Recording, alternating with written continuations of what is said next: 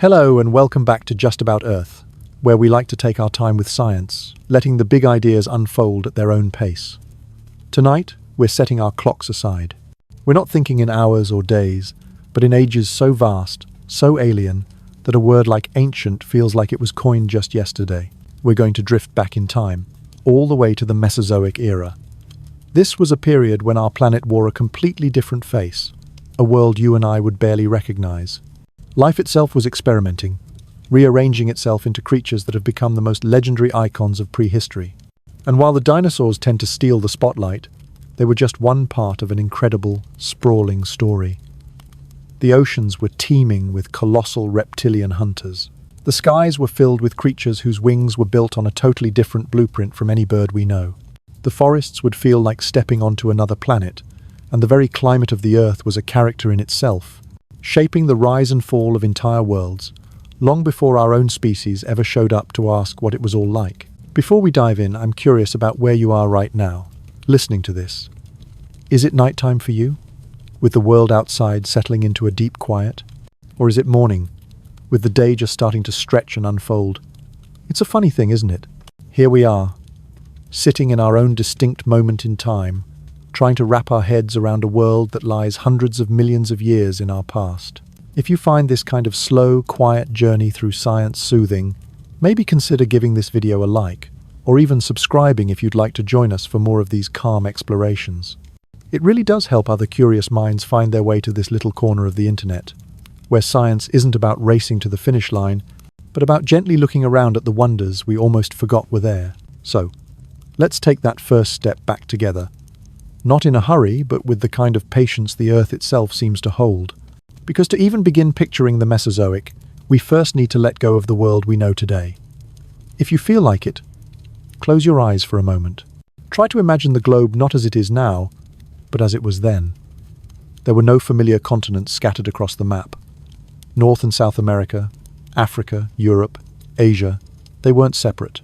Instead, for a long time, they were all locked together into one colossal landmass called Pangaea. This wasn't a world of separate lands and vast oceans between them.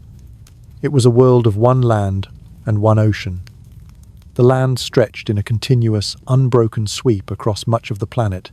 The oceans, by extension, were unimaginably vast, a single global sea called Panthalassa. The very air would have smelled different. The plants, mostly strange conifers and fern-like species, would have exhaled a different cocktail of chemicals into a sky with a very different balance of oxygen and carbon dioxide. Volcanoes were far more active in many parts of the world, constantly breathing gases and ash into the atmosphere, shaping the climate with their relentless outbursts.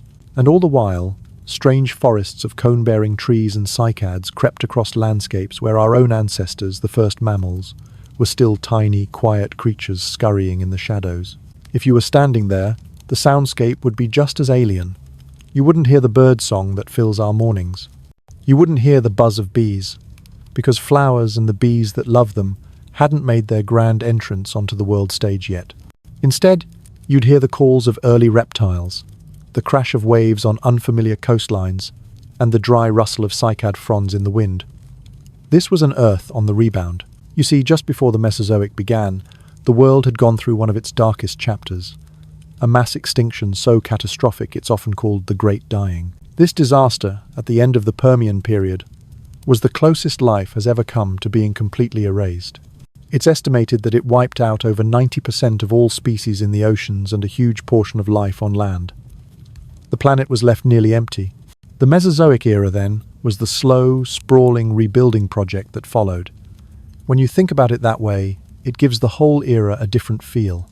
It wasn't just a random time of strange beasts. It was life experimenting again after a near-total collapse, trying out new body plans, filling new roles, and discovering possibilities that had never been seen before.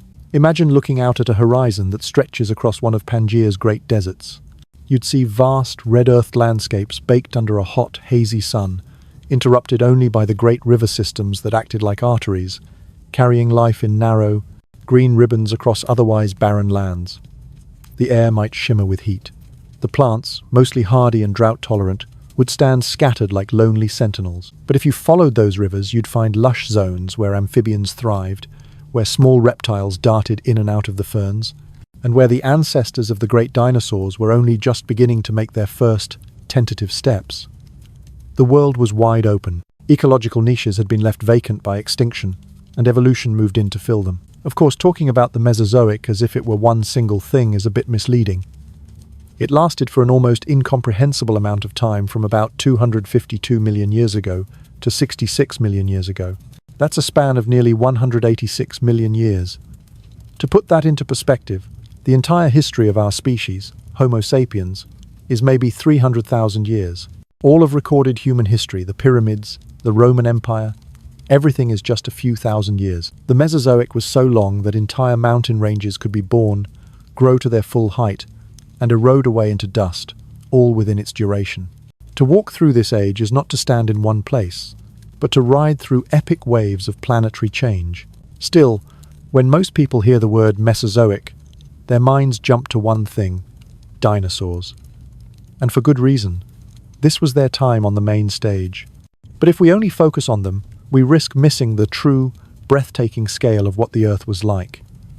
Because the Mesozoic wasn't just the age of dinosaurs, it was the age of new oceans being born. It was the age of continental drift, which physically reshaped everything. It was an age of wild evolutionary experiments in the skies and in the seas. It was an age of climates that swung between intense greenhouse heat and cooler, milder stretches.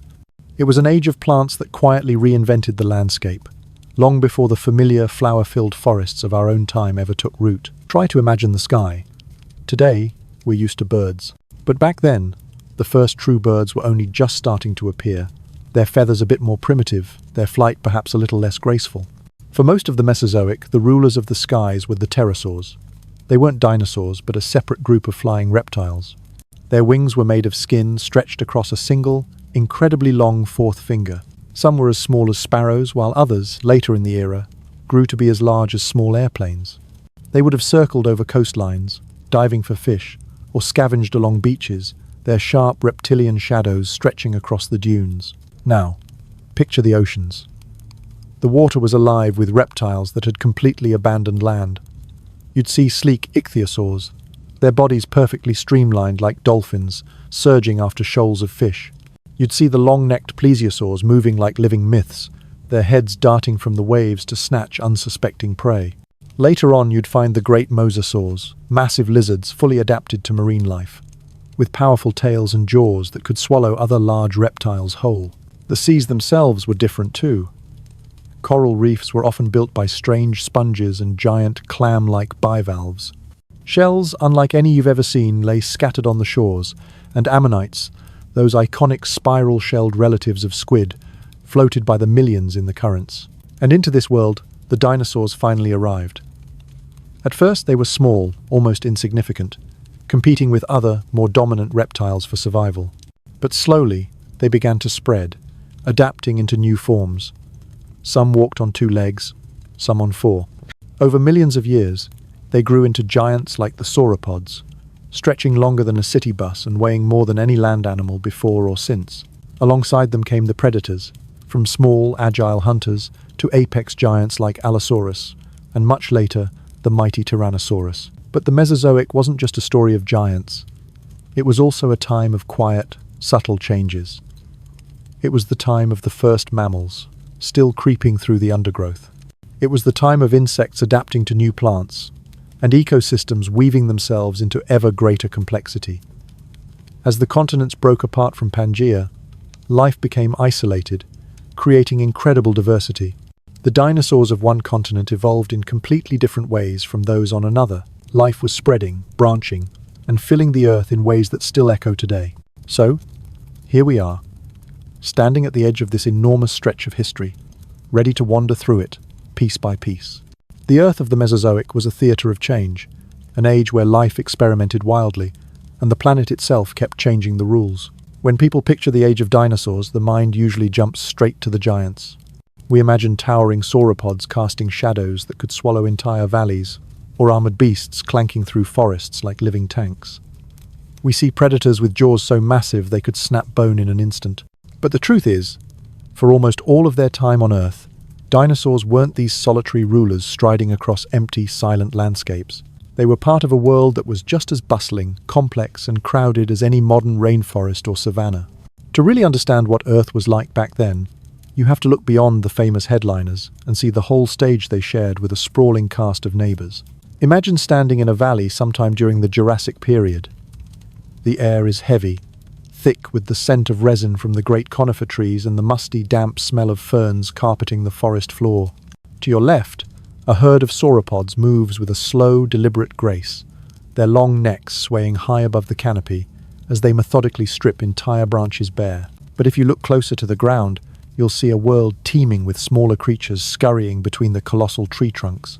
Some are tiny, shrew-like mammals, no bigger than a mouse, darting through the leaf litter under the cover of night, their sharp noses twitching as they sniff for insects. Others are early lizards, basking on warm rocks, their eyes warily scanning the skies for anything that might swoop or pounce. The dinosaurs were there, of course, but they were just one part of a constant, intricate negotiation for survival. Out on the open plains, great herds of plant-eating dinosaurs would gather, much like wildebeest or bison do today. Their thunderous footsteps would shake the earth, leaving behind tracks that would, over millions of years, fossilize into the very stone we now study. But they didn't have this landscape all to themselves. Crocodile-like reptiles, far larger and more aggressive than many of their modern relatives, lurked in the rivers and lakes. Waiting patiently for the moment, a thirsty animal leaned just a little too far toward the water's edge. Flying high above, pterosaurs rode the thermal currents, their keen eyes scanning for fish, carrion, or perhaps the chance to snatch up something small and unlucky. And in the soil beneath it all, a universe of insects crawled, tunneled, and fed, recycling plant matter and keeping the great cycle of life turning in ways that rarely get noticed, but are absolutely essential. The Mesozoic wasn't a tidy story where one group of creatures rose to power, while all the others politely faded into the background. It was a crowded stage, and for a very long time, dinosaurs weren't even the obvious stars. Back in the early Triassic, right after the devastation of that great extinction, other reptile groups were far more dominant. The ancestors of crocodiles, a diverse group called pseudosuchians, flourished in an incredible variety of forms. Some of them were like armored tanks, while others were surprisingly fast, running on two legs and filling niches that dinosaurs wouldn't claim for themselves until much, much later. There were also strange, beaked archosaurs with armored backs and bizarre adaptations that seem almost experimental in hindsight, as if evolution was just trying out prototypes in a giant workshop. It's so important to picture that early world as being full of uncertainty. The Earth was in recovery mode, and ecosystems were rebuilding themselves from the ground up. The first dinosaurs were small, light-boned, and frankly, pretty unimpressive compared to the bulkier, more powerful reptiles of the time. They mostly stayed in the background, surviving quietly until a major shift in climate and a new wave of extinctions tipped the balance in their favor. Even then, they never, ever lived alone. Crocodile relatives continued to thrive right alongside them. Amphibians held on in the wet places, mammals scurried in the darkness. And out in the seas, just beyond the shorelines, the ichthyosaurs and plesiosaurs reigned supreme, completely unchallenged by anything happening on land. One of the things that makes this era so fascinating is just how interconnected everything was.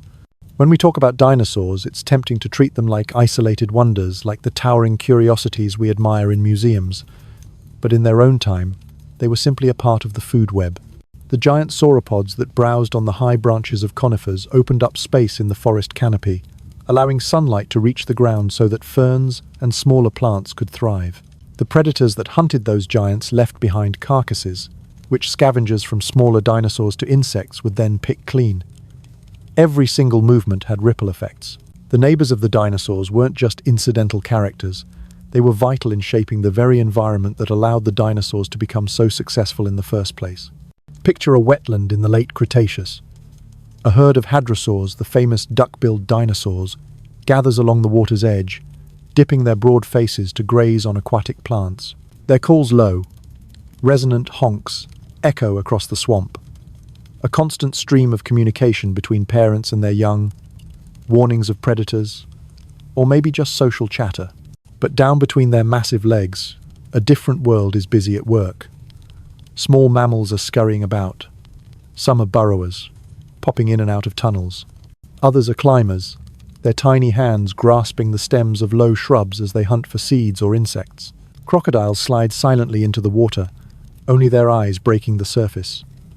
And soaring above it all, pterosaurs with wingspans longer than a car patrol the skies.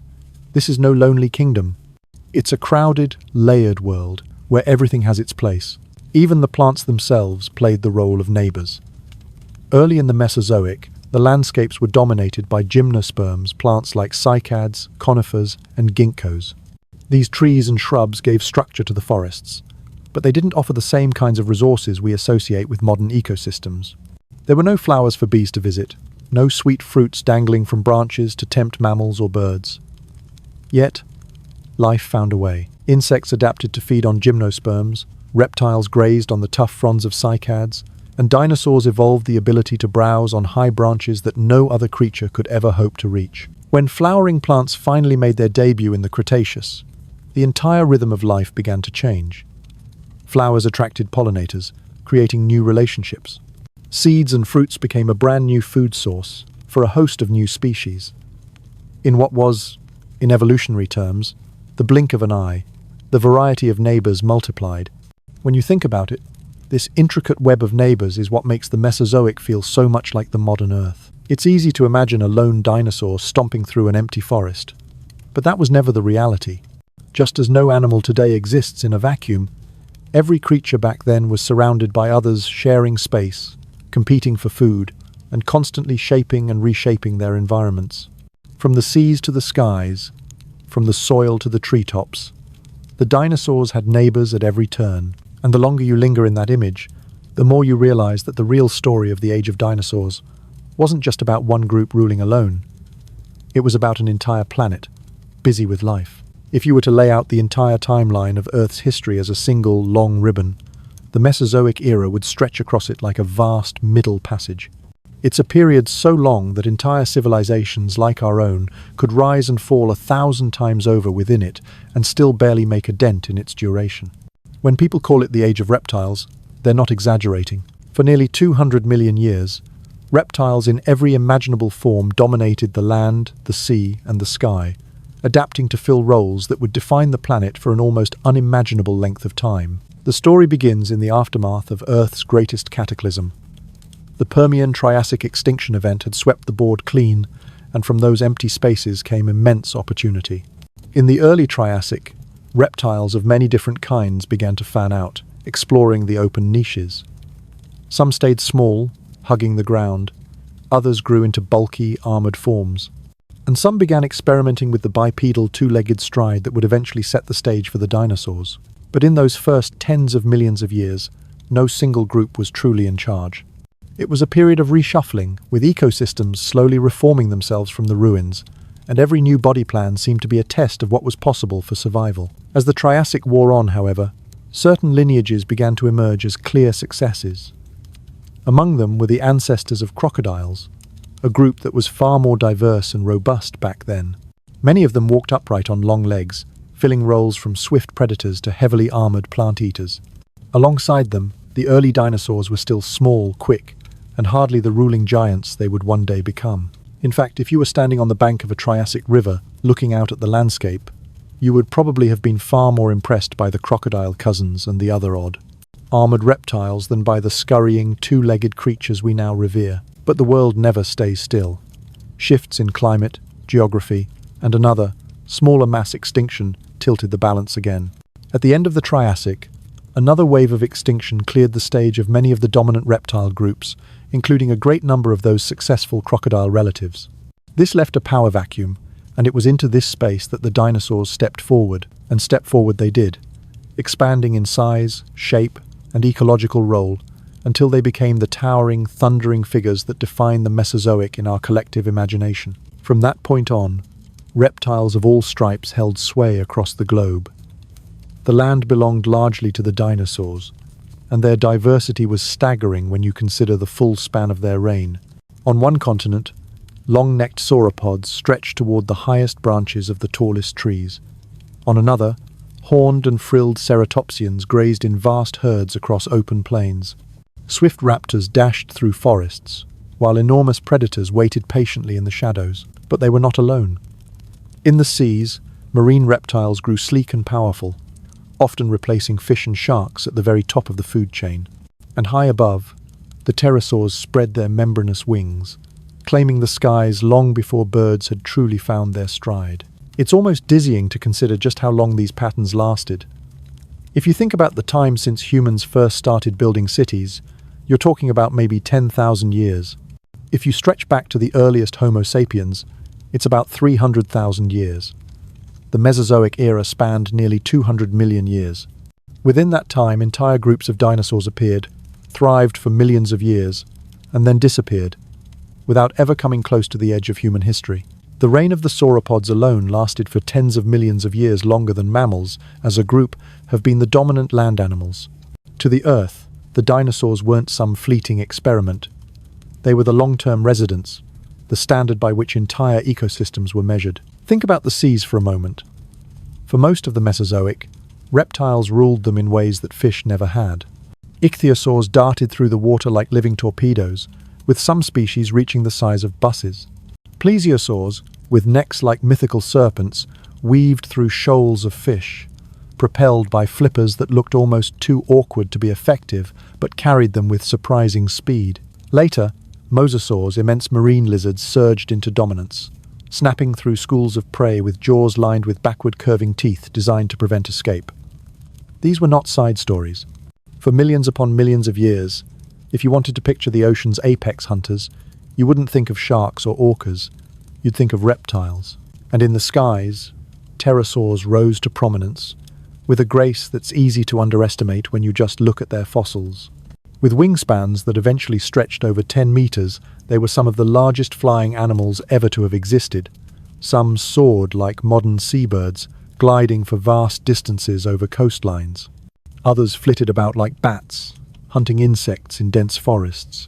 They occupied niches from the tiniest aerial hunters to the grandest skylords, and they did so for over 150 million years. Birds may have taken over in the end, but the pterosaurs held the skies for a far, far longer time than birds have yet managed. One of the best ways to appreciate the sheer length of this age is to remember that the world itself completely transformed around them. At the start of the Mesozoic, all the continents were fused together in Pangaea. By the end, they had begun to resemble the arrangement we recognize today. Dinosaurs didn't just live through this change, they adapted to it. As landmasses split apart, populations became isolated, evolving into distinct species. That's why we see such different dinosaur lineages in South America compared to Asia, or in North America compared to Africa. The slow breaking of the supercontinent gave rise to new environments, and reptiles of every form responded in kind. It might be tempting to ask why reptiles in particular came to dominate in this way. The answer isn't simple. Part of it has to do with timing and luck they happened to survive, the great extinctions when others did not. Part of it lies in their physiology, their ability to adapt to different climates, to lay eggs on land, and to grow into a staggering range of sizes and forms. And part of it is simply the way evolution works, with small advantages compounding over immense stretches of time until they reshape the entire structure of life. Once reptiles gained a foothold, their own momentum carried them through epoch after epoch. But perhaps the most striking thing is that for all their dominance, they were never static. The Mesozoic wasn't a single, frozen moment where reptiles ruled unchallenged. It was a constant dance of rise and fall, of new groups emerging as old ones faded away. The armored stegosaurs of the Jurassic gave way to the horned ceratopsians of the Cretaceous. Small, agile predators in one age were replaced by towering tyrannosaurs in another. Each wave left fossils behind like bookmarks in the stone, reminding us that even in an age of apparent stability, change was always underway. When paleontologists summarize this period as the age of reptiles, they are capturing almost 200 million years of dominance by creatures that filled nearly every ecological role the planet had to offer. It's a powerful reminder of how long the Earth has been shaped by forces and lives that we can barely comprehend on our short, human timescales. If the land during the Mesozoic was busy with the sound of footsteps, calls, and rustling plants, the seas were no less alive, only their voices carried differently. Beneath the waves, life was conducting its own grand experiments, shaping creatures that would seem fantastical to our modern eyes but were simply the norm in their own time. To imagine these ancient oceans is to picture a world both alien and strangely familiar, A world full of predators and prey, of migrations and cycles, and of the ceaseless push and pull that defines every marine ecosystem. The phrase ancient seas might suggest quiet, empty waters, but the truth is they were anything but. They were endlessly dynamic, home to creatures that claimed their own kind of dominance long before mammals ever even considered the shoreline. At the very beginning of the Mesozoic, right after the devastation of the Permian extinction, the oceans were nearly empty. Coral reefs had collapsed. Countless species of shellfish and fish had been wiped away, and the water itself had been left chemically unstable for long stretches of time. But as the Triassic dawned, the seas slowly began to rebuild. New kinds of corals returned, sponges took hold, and mollusks diversified once again. Shoals of fish started to recover, their darting patterns soon attracting the attention of larger hunters.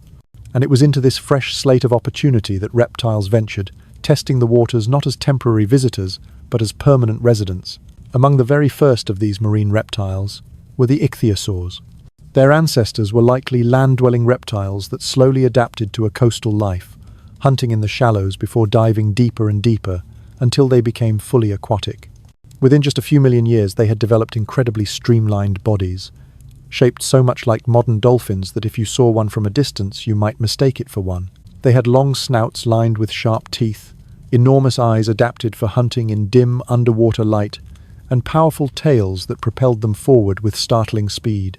They thrived through the Triassic and into the Jurassic, and some species grew to the size of buses, true giants of the deep. But the ichthyosaurs weren't alone. Around the same time, another group of reptiles began its own journey into aquatic life, eventually giving rise to the plesiosaurs.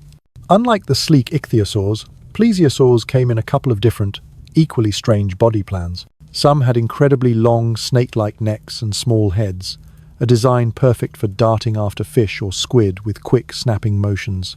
Others had much shorter necks and massive heads with powerful jaws, better suited for taking down larger prey. All of them used their four limbs, which had transformed into powerful flippers, to propel themselves through the water in a motion that was almost like the underwater flight of a sea turtle. They became some of the most iconic marine reptiles of all time, their silhouettes instantly recognizable in fossils and reconstructions. The seas were not limited to reptiles alone. Ammonites, those distant relatives of modern squid and octopuses, floated in vast, countless numbers. Their beautiful coiled shells varied in size from small spirals that could fit in the palm of your hand to massive ones nearly a meter across. They were prey for many of the larger hunters, but they were also hunters themselves, using their tentacles to grab smaller creatures from the water. Their fossilized shells have become some of the most common and recognizable fossils from the Mesozoic, recording not just their presence, but the rise and fall of entire ecosystems. As the Jurassic gave way to the Cretaceous, the seas became even more restless. Global temperatures were warm, sea levels were high, and shallow inland seas flooded across vast portions of the continents. North America, for example, was famously split in two by the Western Interior Seaway, a broad, shallow ocean that stretched all the way from the Arctic to the Gulf of Mexico. These inland seas became highways for marine reptiles, rich hunting grounds for fish and ammonites, and safe nesting areas for the seabirds that were just beginning to appear. And it was in these waters that a new kind of reptile surged to dominance, the mosasaurs. Descended from land-dwelling lizards, mosasaurs adapted astonishingly quickly to life in the sea. They grew to be absolutely massive, with some exceeding 15 meters in length, armed with jaws that could open wide enough to swallow large prey whole. Their bodies were muscular, their tails long and powerful, making them some of the fastest and most formidable hunters in marine history. In many ways, they filled the same ecological role that orcas and great white sharks hold today. Apex predators with very few rivals. Fossils have even shown the remains of other, smaller mosasaurs inside their stomachs, evidence that they preyed on each other just as much as they did on fish and ammonites. What stands out when you try to picture all of this is the sheer energy of those oceans. They weren't just empty backdrops to the drama happening on land. They were equal stages in their own right, with their own rivalries, strategies, and balances of power that lasted longer than any human empire ever could. A school of fish might flash silver just under the surface, only to be scattered by the explosive strike of an ichthyosaur. A plesiosaur might raise its long head above the waves, its eyes scanning for danger. A mosasaur might burst upward from the depths, its jaws snapping shut around its prey before vanishing again into the murky water. The creatures of those seas left behind more than just fossils. They left echoes of themselves in the animals we see today. Modern whales, with their streamlined shapes and hunting strategies, recall the ichthyosaurs. Sea turtles, flapping steadily through the open water, mirror the plesiosaurs in their motion. And the powerful monitor lizards of today are close cousins of the mighty mosasaurs. The ancient seas of the Mesozoic remind us that the story of this era was never just about dinosaurs. The oceans were equal partners in that story, in constant motion, hosting their own empires that rose and fell with the tides. When people think of the Mesozoic, they often picture the dinosaurs as if they were moving across empty plains, their towering bodies silhouetted against a bare landscape. But the truth is, they lived within a world of incredible greenery. They moved through forests, swamps, and open spaces that were filled with plants that built the very structure of their world. But these were not the same kinds of plants you would recognize on a walk today. The flowers, fruits, and grasses that feel so ordinary to us were either completely absent or only just beginning to make their first appearance. Instead, the earth was green in an entirely different way, with landscapes dominated by ancient families of conifers, cycads, ginkgos, and ferns. To truly imagine the dinosaurs, you have to imagine them not just as animals, but as inhabitants of these great primordial forests. If you could walk into a forest in the Triassic or Jurassic, the first thing you might notice is how different the air itself felt. The scent would not be one of blossoms, because flowers were not yet part of the scenery. Instead, the air would be thick with the sharp, resinous smell of conifers and the earthy, damp perfume of ferns. The ground beneath your feet wouldn't be littered with petals, but with cones and needles. It was a world of greens and browns, with occasional splashes of colour from seeds or cones, but not the riot of blossoms we take for granted in modern ecosystems. Conifers, the ancient relatives of our modern pines, firs, and redwoods, were among the dominant trees of the age. They grew tall and straight, forming the backbone of many forests. The relationship between these towering plants and the towering animals that ate them was as close as any ecological connection can be, with one shaping the other over countless generations. Cycads were another signature of the landscape. These unique plants look something like palm trees but are completely unrelated, with thick, sturdy trunks topped by spirals of stiff, leathery leaves. During the Mesozoic, they flourished. In some regions, entire groves of cycads covered the land, their crowns catching the sunlight and their large, nutritious seeds offering food to any animal that could crack them open. And then there were the ginkgos. Today, only a single species of ginkgo survives, often planted in our cities as a living fossil. But back in the Mesozoic, they were far more diverse, their distinctive fan-shaped leaves filling forests all across the northern hemisphere. Their resilience is astonishing. To look at a ginkgo leaf today is to see a shape that has remained virtually unchanged for over 200 million years, a living witness that connects our world directly to theirs. For most of the Mesozoic, these were the plants that defined life. They were the scaffolding of the ecosystems. Without them, the dinosaurs we know so well could never have reached their colossal sizes. A sauropod could only grow enormous because there was enough plant matter to support its immense bulk. Even the predators depended on these forests indirectly, because their prey drew all of its strength from the plants that grew across the continents. And then, late in the story, something entirely new appeared. Flowering plants, or angiosperms, entered the scene during the Cretaceous. At first, they were small and insignificant, hardly any competition for the great forests of conifers and cycads. But their advantages soon changed everything. Flowers offered a brilliant new strategy for reproduction, attracting insects to carry pollen with far more precision than the wind. Fruits developed as another clever strategy, enticing animals to eat them and, in doing so, spread their protected seeds far and wide. Within tens of millions of years, a relatively short span in geological terms, flowering plants spread across the world, reshaping ecosystems in ways that are still with us today. The arrival of flowers was a quiet revolution. It shifted the insect world, creating new partnerships that fueled biodiversity. It changed the look of the landscape, introducing colours and scents that had never existed before. What had been a world of stoic greens and browns slowly transformed into one with bursts of yellows, reds, and purples. The forests of the late Cretaceous were no longer the same as those of the Triassic.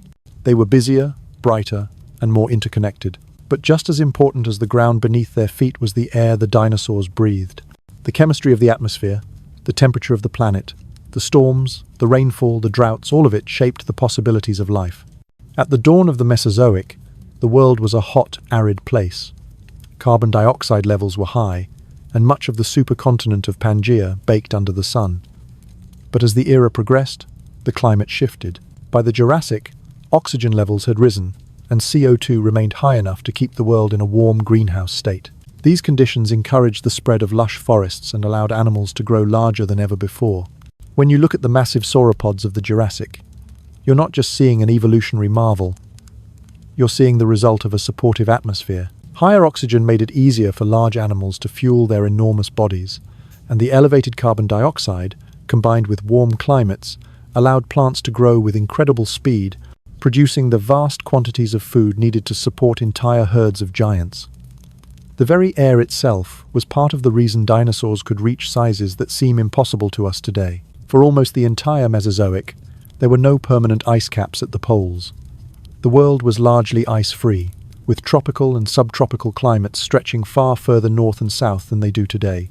Fossilized wood and leaves have been found in what are now the Arctic and Antarctic, proving that even there, lush forests once grew. Dinosaurs lived in those polar forests, adapted to long seasons of winter darkness, but never to the kind of frozen tundras we see there now. The storms in this greenhouse world could be incredibly intense. With higher global temperatures came stronger evaporation, more moisture in the air, and more powerful weather systems. Monsoons may have swept across continents, and hurricanes could have battered the coastlines of the shallow inland seas. The atmosphere was not just a passive backdrop, it was a partner in the success of the dinosaurs. Their unique, bird-like lungs allowed them to thrive in conditions that might have challenged other animals. Their massive body sizes were sustained by the abundant vegetation made possible by high CO2 levels, and their distribution all across the globe was guided by the warm climates that extended from pole to pole. When we breathe today, we draw in a mixture of gases shaped by billions of years of life and geology. But in the Mesozoic, every breath taken by a dinosaur, every breeze that rustled a cycad grove, was part of a different atmospheric balance, one that sustained a world both alien and foundational to our own. To imagine that air is to imagine the age more fully, not just as a collection of creatures, but as the very breath of the world that carried them forward. For most of the Cretaceous period, life seemed unshakable. Herds of triceratops roamed the forests and plains of North America, their great frills a common sight. Vast communities of hadrosaurs filled the river valleys, and at the top of the food chain, predators like Tyrannosaurus rex dominated the hunt. The seas were still teeming with mosasaurs and plesiosaurs. The skies were shared by pterosaurs and a growing diversity of birds, and the new flowering plants had spread into almost every corner of the land. It was a flourishing, deeply complex world, a system that had been in balance for tens of millions of years. Yet, beneath that surface of stability, forces were already gathering that would bring it all to a sudden, violent end. That end arrived about 66 million years ago. It came in the form of an asteroid, a piece of rock roughly 10 kilometers wide, hurtling through space. It struck the Earth near what is now the Yucatan Peninsula in Mexico. In a single, blinding instant, an amount of energy equivalent to billions of atomic bombs was unleashed. The impact blasted a crater more than 180 kilometers across, vaporizing rock and sending a colossal plume of dust and debris high into the atmosphere. Shockwaves and earthquakes of unimaginable intensity radiated across the globe. Within hours, the immediate consequences were catastrophic. Gigantic tsunamis, hundreds of meters high, surged across coastlines, wiping out everything in their path. The intense heat from the impact and from superheated debris re-entering the atmosphere ignited global wildfires. Charcoal deposits found in sediments from this exact time tell a grim story of entire landscapes being engulfed in flame. For the dinosaurs and every other creature alive at that moment, survival was no longer about finding food or avoiding predators. It was about escaping a world that was literally on fire. But the worst was yet to come. In the days and weeks that followed, the sky grew dark. The immense cloud of dust, ash, and soot from the impact and the fires spread around the planet, blocking out the sun. This created what scientists call an impact winter. With sunlight unable to reach the surface, photosynthesis on land and in the oceans ground to a halt. Plants withered and died, and with them, the very foundation of the food chains began to crumble. Herbivores that had survived the initial blast now faced starvation. The predators that depended on them soon followed. The oceans also bore the weight of this disaster. The chemical balance of the water was thrown into chaos by acid rain, and the collapse of plankton populations at the base of the marine food web was devastating. The once abundant mosasaurs, plesiosaurs, and ammonites could not endure these rapid changes, and they vanished from the seas forever. On land, the effects were just as complete. The mighty Tyrannosaurus rex, the apex predator of its time, fell along with its prey. The great herds of hadrosaurs and ceratopsians disappeared. The reign of the non-avian dinosaurs was over, yet not everything perished. The extinction was selective. Smaller animals that could burrow or survive on seeds, roots, or insects hidden in the soil fared better. Our own distant ancestors, the small, adaptable mammals, took shelter and managed to survive on the world's scraps. Crocodiles and turtles, living in aquatic habitats and able to go long periods without food, also endured. And one group of dinosaurs made it through. The birds, descended from small, feathered theropods. Their ability to fly and their adaptable diets allowed them to persist where their larger relatives could not. The end of the Mesozoic was not a slow decline, but a sudden catastrophic event that reset the course of life on Earth. And when the sunlight finally returned and the long process of recovery began, the world that emerged was a different one. The evidence for this event is written into the rock all across the globe.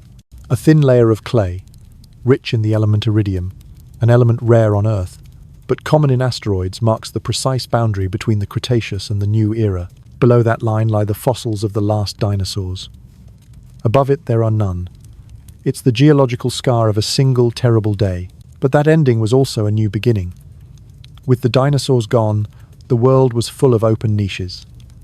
And it was the survivors, the mammals, and the birds who stepped forward to fill them. The Cenozoic era, our era, dawned from the ashes of the Cretaceous.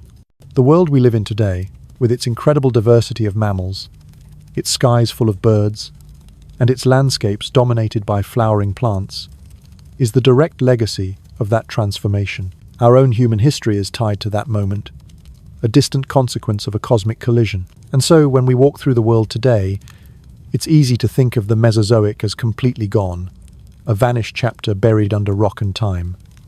And yet, its echoes are all around us. The most obvious, of course, are the birds. Every bird you see is a living dinosaur, a direct descendant of the theropods that once shared a world with Triceratops. Their hollow bones, their feathers, their very way of life are a continuation of that ancient lineage. The flowering plants that fill our gardens and forests are also a legacy of that era, a quiet revolution that began in the Cretaceous and went on to conquer the world. Even the shapes of our continents and oceans began to form during the slow, continental drift of the Mesozoic. The fossils themselves are echoes, silent but powerful messages from a time we can barely comprehend. They remind us of the strength of life, but also of its profound fragility. They show us that even the most dominant creatures can vanish in a geological instant. In these echoes, there are lessons not only about the past, but about our own future, about the delicate balances that sustain our world. To reflect on the Mesozoic is to see that we are not separate from deep time, but a part of it shaped by it, carrying its history within us. It is gone, but it is not lost. Its traces endure in the life that thrives today, in the landscapes we cross, and in the enduring sense of wonder that these incredible creatures still inspire. And with that, we'll leave our journey here for now. If you've enjoyed wandering through these ancient worlds, you might consider staying with us for more stories about Earth and its deep history. A like or a subscribe helps us keep exploring together, but only if it feels right to you. For now, thank you for listening. And may your own days and nights carry a little of that same wonder the Mesozoic left behind.